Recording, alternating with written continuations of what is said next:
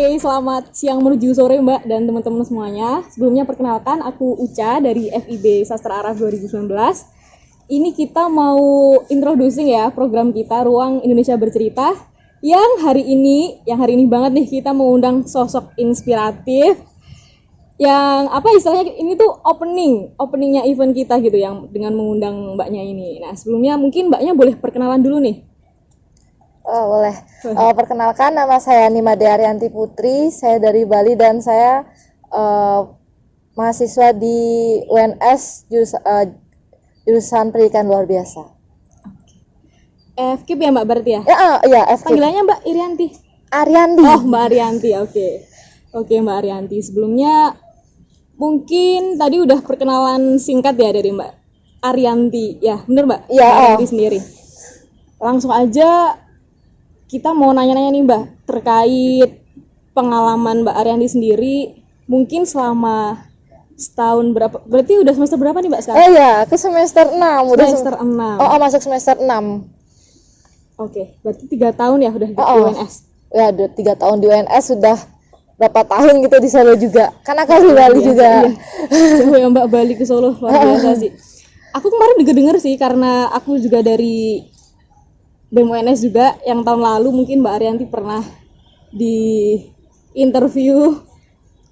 Masih ingat nggak Mbak? Aku kayak pernah beberapa setahun yang lalu atau 6 bulan yang lalu gitu. Iya, setahun yang lalu pas. Nah, ini nanti mungkin konsepnya kita ngobrol-ngobrol santai aja nih Mbak. Ngobrol santai ya terkait biar Mbak Arianti ini bisa memotivasi teman-teman di luar sana. Untuk pengalaman sendiri selama 3 tahun kemarin pernah ngapain aja nih Mbak? Aku jujur ya, aku tuh selama Arianti di UNS sendiri gak ikut UKM sama sekali. Terus cuma emang fokus latihan kan, sering ikut event-event juga. Terus kuliah, terus beberapa kali juga kadang sering bukan bolos sih, sering izin kuliah, tapi ya tetap belajar, tetap kuliah juga. Cuma ya seneng sih di Solo, teman-temannya ramah-ramah semua. Oke, pasti izinnya luar biasa nih. Izinnya buat event lomba atau karena apa Mbak nih Mbak izinnya? Biasanya Arianti izin tuh buat event lomba. Kalau biasa izinnya itu kalau misalkan dosennya kejam itu paling udah nggak lulus mata kuliah, karena izinnya kan kita 1 semester paling dapat izin 1 mata kuliah kan 4 kali. Iya. Kalau Arianti izin sampai 2 mingguan. Itu lombanya di apa ya Mbak? Kalau sampai izinnya 2 minggu? Kan Arianti kan atlet kan. Jadi kalau seorang atlet itu kita bertanding itu berapa hari itu tidak bisa di tempat itu karena kita harus penyesuaian. Jadi mungkin eventnya 3 hari, tapi kita di sana bisa seminggu, 10 hari, sampai 12 hari, kadang sampai 2 minggu kalau misalkan itu eventnya benar-benar jauh. Wow, denger juga Mbak Arianti ini pernah ke Dubai loh guys, ke luar negeri nih. Waduh, keren banget. Boleh diceritain mungkin Mbak gimana? Ya, Arianti ke Dubai, ke Dubai, terus ke Tunisia juga, tapi yang paling berkesan sih di Dubai, karena di Dubai itu kan eventnya emang besar banget kan. Di Dubai kejuaraan dunia khusus atletik dan untuk difabel juga. Jadi kayak di sana kayak merasa serpihan. Serpihan. Kok bisa serpihan Mbak? Karena kan padahal sama-sama kerennya sih kayaknya nih. Ya gimana ya? Pertama dari Arianti juga kan belum siap sih. Memang belum waktunya untuk belum waktunya di sana, kayak belum waktunya belum dapat medali atau mungkin belum rezekinya mungkin ya. Cuma kayak kesana itu kayak gimana gitu, masih kayak kebayang-bayang ketemu orang-orang yang ketemu di sana, ketemu juara-juara dunia, terus bisa ngerasain bertanding sama juara dunia ada di sana aja udah kayak bersyukur banget. Luar biasa banget nih. Berarti kalau di Dubai itu udah tingkatnya dunia ya Mbak Arianti? Dunia.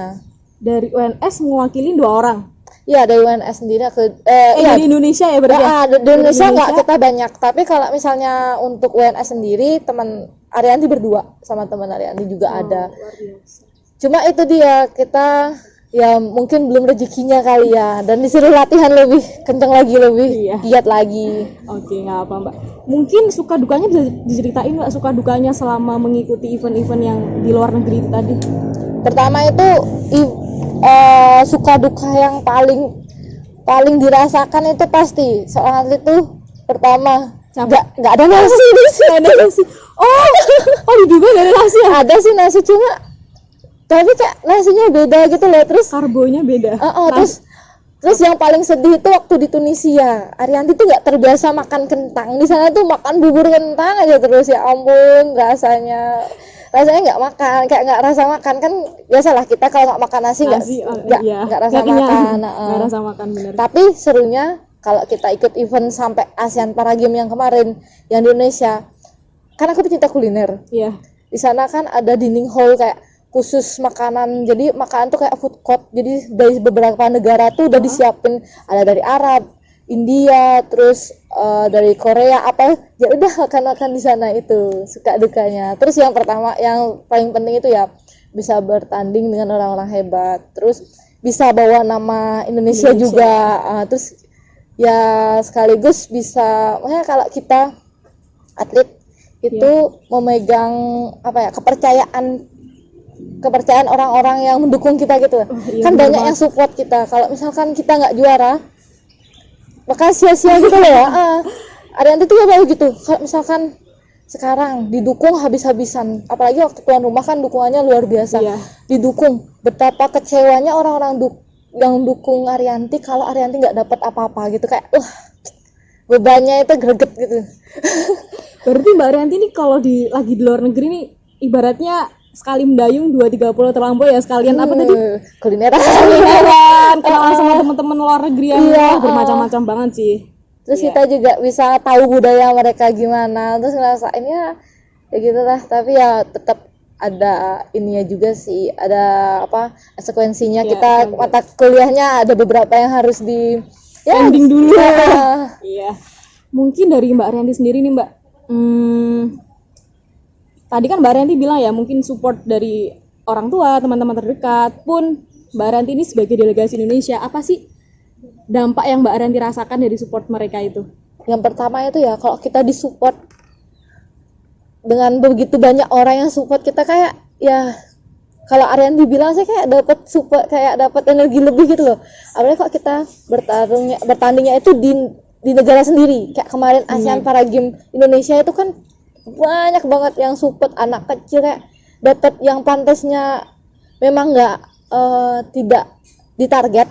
Karena aku kan lari 100-400, aku tuh spesialisnya 100 meter, tapi kok 400 tuh kayak cuma ikut-ikut gitu. Maksudnya kayak ngelengkapin gitu, dapat ya bagus, nggak dapat ya nggak apa-apa gitu. Tapi ketika Arianti ingat udah detik-detik terakhir, kok 400 itu kan keliling lapangan, capeknya tuh pas 100 meter terakhir tuh udah kayak slow motion. Waktu itu Arianti ingat ada anak-anak kecil yang bilang ayo Arianti, wah langsung kayak dapat booster kayak gitu ya rasanya. Anak kecil ya, nyemangatin ya ampun. Ya keren sih Mbak Arianti ini. Ini Mbak, mungkin kalau aku dengar ya teman-teman, Mbak Arianti ini udah banyak kali menjuarai terutama di bidang lari ya Mbak ya. Atlet lari nih. Kalau boleh tahu apa sih yang melatar belakangi Mbak Arianti untuk memperdalam keilmuan ini nih, lari nih? Sebenarnya ya aku tuh gak passion dan gak berminat jadi pelari sama sekali. Kok bisa? Kan aku kan pertama Arianti tuh dari keluarga seniman. Iya. Seniman kan nggak ada sangkut pautnya sama atlet. Cuma bapak emang suka bulu tangkis. Nah di sekolah dulu waktu SD, SMP, SMA, Arianti semua lomba ikut, cerdas cermat ikut, olimpiade ikut semua. Cuma kok saya kayak nggak greget gitu loh. Terus nyanyi juga pernah ikut, padus sering ikut, terus teater juga kadang-kadang bapak sering ngajak belajar.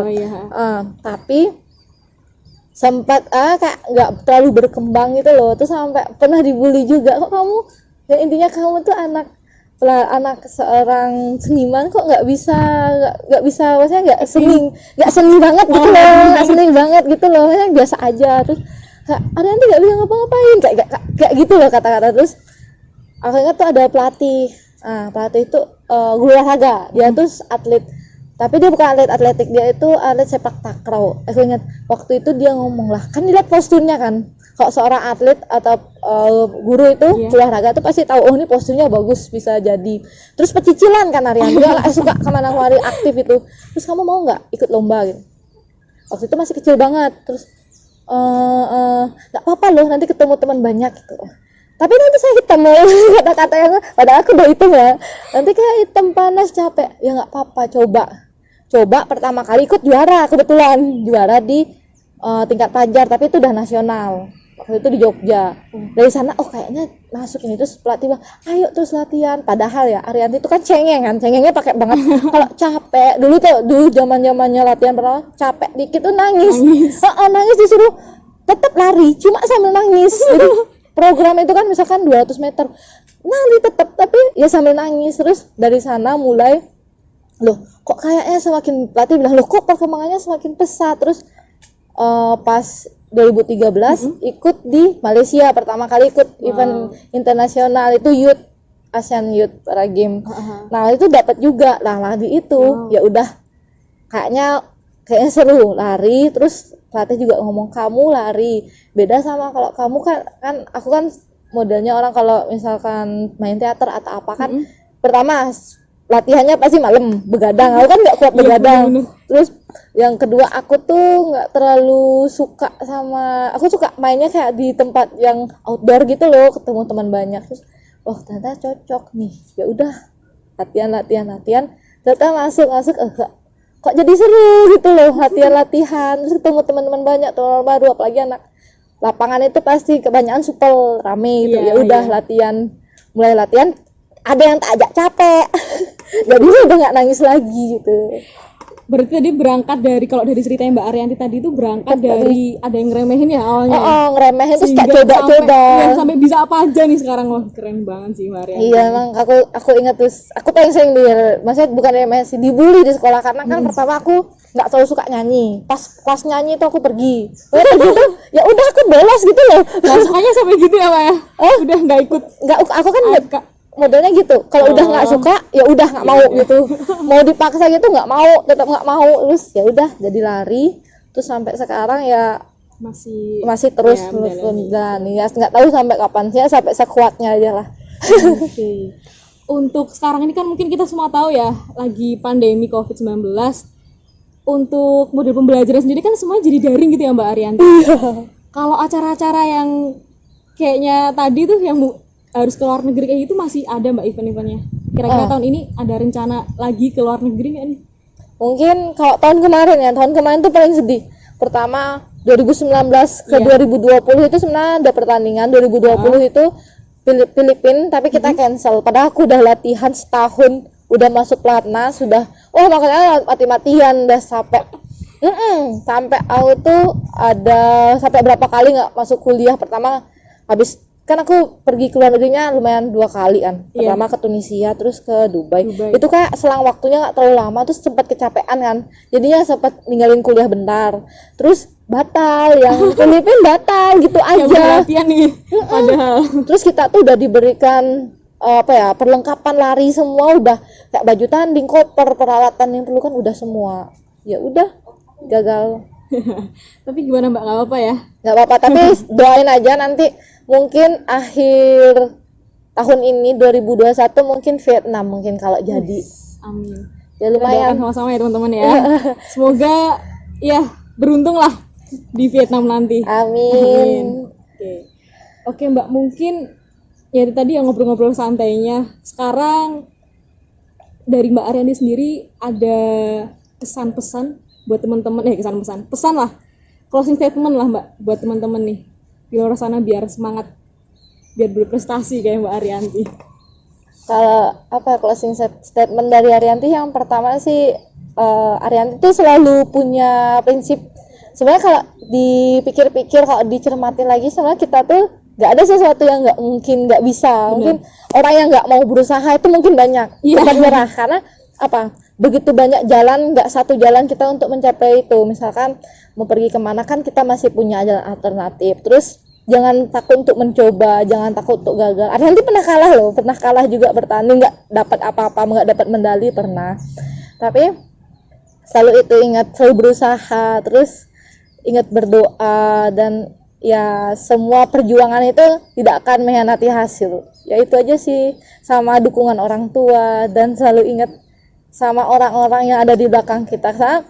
Kalau diingat lagi, orang sebenarnya kita yang bikin kita hebat tuh bukan semuanya diri kita sendiri, tapi justru lingkungan dan orang yang mendukung kita di belakang itu yang beri motivasi, itu memberikan support beberapa persen untuk keberhasilan kita gitu, dan selalu rendah hati. Rendah hati, down to earth ya. There is no will, there is no way ya Mbak. Kalau nggak ada kemauan pasti nggak ada jalan. Makanya kita harus mau dulu, kita harus mau berusaha tadi kayak Mbak Arianti. Dan jangan takut untuk berbeda. Bener, jangan takut berbeda. Mungkin itu aja sih Mbak. Terima kasih karena udah mau kita tanya-tanya. Semoga Mbak Arianti kedepannya sukses selalu, dimudahkan di setiap urusan. Amin.